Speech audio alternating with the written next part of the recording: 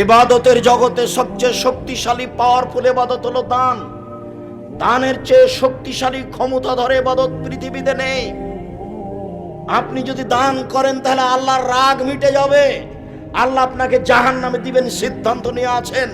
আপনি 500 টাকা দান করলেন, তখন আল্লাহ বলছেন আচ্ছা আচ্ছা ঠিক আছে, যাও যাও জান্নাতে যাও। নরম হয়ে গেছে দানের ক্ষমতা। আপনার মায়ের কবরে শাস্তি হচ্ছে, আপনি 5000 টাকা দান করলেন, কবরের শাস্তি বন্ধ।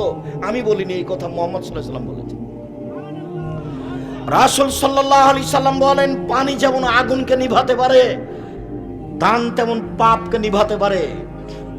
বিচারের মাঠে যারা দান করবে তারা দানের ছায়াতলে থাকবে।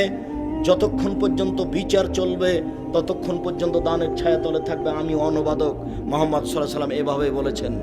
পৃথিবীতে সবচেয়ে শক্তিশালী ক্ষমতা ধরে ইবাদত হলো দান। এর পরেও যদি সালাত না থাকে তাহলে আল্লাহ দানের মতো ইবাদতকে কেটে দিবেন।